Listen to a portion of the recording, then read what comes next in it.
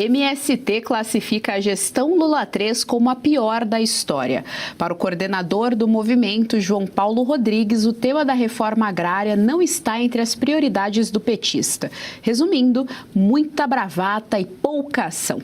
Assunto para análise de Guilherme Fiuza. Vamos dar boa tarde? Então, Fiuza já está aqui no telão conosco, vai trazer a análise dele para a nossa audiência da tarde. Fiuza, seja muito bem-vindo ao JDO2. Boa tarde.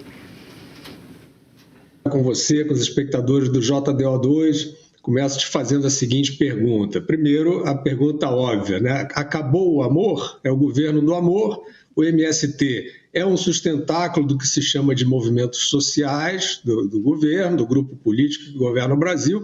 Ele está dizendo que a gestão é uma ruína em termos de reforma agrária, que é a pior da história. Mas, aí vem a segunda parte da pergunta. O MST diz que continua aliado do Lula, que vai apoiar, não só apoiar a candidatura à reeleição, como vai trabalhar, ajudar a coordenar esta campanha. Geise, o amor acabou e o casamento continua? Seria um casamento de interesses? Qual é a ideia que você tem dessa situação? Ou então tá parecendo aquele pessoal que se apaixona pelo próprio sequestrador, né? De repente é alguma coisa nesse sentido aí. Agora, olha só, não tem reforma agrária, mas o MST tá mandando ajuda humanitária para a Venezuela. Precisa entender isso aí, ô Fiuza.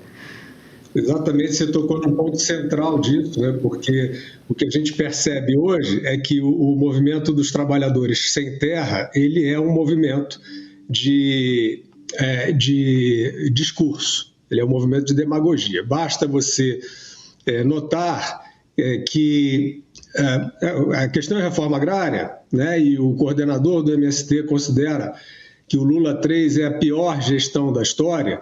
Então vamos olhar, né, na história recente, quem é que fez mais assentamentos, né? Que governo que foi mais positivo para a questão da distribuição de títulos para trabalhadores rurais no país. E foi o governo anterior, foi o governo Bolsonaro, né? Com quase 500 mil, se eu não me engano, passou com certeza de 400 mil, desculpe que entrou aqui uma interferência, de 400 mil títulos, e esses títulos distribuídos no governo anterior para pequenos proprietários rurais, eles seguiram um processo longo e complexo de catalogar e aferir as possibilidades daqueles candidatos aos assentamentos por sua capacidade produtiva. Né, para não se fazer o que já se fez no Brasil diversas vezes, né, esses programas megalômanos de reassentamentos que deram errado porque as pessoas não se fixaram na terra, não tinham a capacidade, o conhecimento, né, de trabalhar a terra. E esse número expressivo no governo anterior, distribuição de títulos de propriedades rurais, seguiu esses dois aspectos importantes. Primeiro, não desapropriar terras, como o MST parece querer, como sempre, por ser um movimento violento, né? Como vingança, como revanche. Os critérios para desapropriação é a primeira parte para uma boa reforma agrária. Né? Tem que ser propriedades que estivessem de fato disponíveis, ociosas, ou produto de grilagem, tudo aquilo que nós sabemos que numa política consistente e responsável não vira lutas internas de classe ou revanche política. Né? Isso é um ponto. E o outro ponto, você vê que a maioria desses mais de 400 mil títulos distribuídos pelo governo Bolsonaro, o governo anterior, para pequenos proprietários rurais, foram entregues a mulheres, porque foi entendido com os critérios desse programa que eram as mulheres que tinham a maior capacidade nesse momento, pelo menos nessa circunstância, de chefiar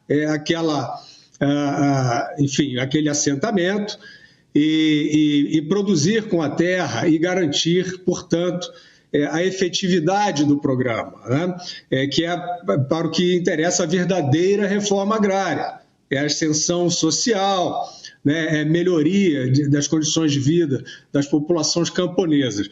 O MST, por que o MST não apoia, por exemplo, o oponente, né, do Lula, já que foi, pelo menos na história recente, aquele com melhores resultados para assentamento? Aparentemente porque ele não quer. O MST parece não querer trabalhar por um projeto verdadeiro de solução dos problemas no campo e da base social brasileira. Ele quer ter uma amizade no poder que lhe renda aí meios, né, financiamento, etc., para existir de uma maneira fisiológica, política, demagógica. E aí, voltando ao ponto que você trouxe sobre a Venezuela, o MST é um movimento que fez parceria com o ditador, com o tirano Nicolás Maduro, parceria formal. O MST, numa eleição que foi considerada pela Organização dos Estados Americanos como fraudada em 2024 para a recondução do Maduro, o MST foi o primeiro, até antes do governo brasileiro, que ficou ali, está até hoje nessa dúvida do que faz em relação ao que se passou na eleição venezuelana. O MST foi reconhecer, e vários, eu lembro que inclusive tinha quadros do governo Lula, eu lembro que tinha uma assessora do Mercadante, o Aloysio Mercadante, no BNDES, festejando, parabenizando esse aí, o Nicolás Maduro, que a intervenção dos Estados Unidos revelou centenas de presos políticos, centros de tortura, e nada disso, gente. Eu estou destacando esses pontos todos porque o MST está aí, vai coordenar a campanha do Lula, ou seja, é um dos braços políticos do governo Lula. Isso não desgasta. Ninguém vai perguntar, né, qual é o problema de um movimento que é violento, de um movimento que diz que o próprio governo não dá resultados em termos de reforma agrária, mas continua aferrado a esse governo, que tem aliança com um tirano, que maltrata a sua população. São milhões e milhões, né, de fugitivos da Venezuela. Maria Corina Machado, Prêmio Nobel da Paz, saiu escondida do seu país. O MST representa isso tudo, nada disso entra na campanha eleitoral. Eu acho curioso, porque a oposição brasileira e o principal candidato de oposição, segundo as pesquisas, que é o senador Flávio Bolsonaro, parece que não entram nesse tipo de assunto, né? Ora, se você tem para mostrar, por exemplo, né, uma questão tão sensível, tão importante, um governo, no caso do pai dele, né, que teve um recorde, talvez, ou pelo menos o número dos mais expressivos na história recente, de solução de problema rural, e isso não aparece no debate. Você vai ficar discutindo o tarifaço do Trump, vai ficar respondendo para o Lula a vida toda, vai ficar respondendo as pegadinhas do Lula, vai entrar na história do enforcamento, do traidor da pátria. Então, eu vejo isso tudo, Geise, como esse debate político eleitoral brasileiro, ele anda muito distante da realidade. A própria convenção do PL, nós vimos ali, o presidente da Argentina, Javier Milei, esteve presente na convenção, fez um discurso duríssimo, né, com pontos até polêmicos, bastante agressivos, mas foi um discurso muito incisivo contra o regime que governa o Brasil. E eu percebi durante o discurso do Milei uma certa dispersão ali, naquele palanque, né? Assim, acho que algo que parecia não condizer com a gravidade do que estava sendo dito e colocado pelo presidente da Argentina, como se fosse eu não sei se foi uma impressão minha, mas parecia uma dispersão, uma irreverência, até quando o Milei estava falando e denunciando e protestando contra o fato de não ter sido lhe dado o direito de encontrar o ex-presidente Bolsonaro. Mesmo nesse momento, eu assistindo ali o discurso, vi uma descontração, enfim, uma postura ali no palanque, que eu não sei se é uma impressão minha ou se é um retrato de uma oposição que parece não saber o que ela tem que trazer e defender. Então, é claro que essa questão, e por isso que acho que está vazando alguma coisa aí. E por isso que eu digo, Geise, para concluir, que esse estandarte, né, do MST, da esquerda e direita, etc., a reforma agrária, quem diria, né, que seria um governo com o perfil do governo Bolsonaro, que seria aquele mais pródigo, aquele mais eficiente, em resolver o problema no campo.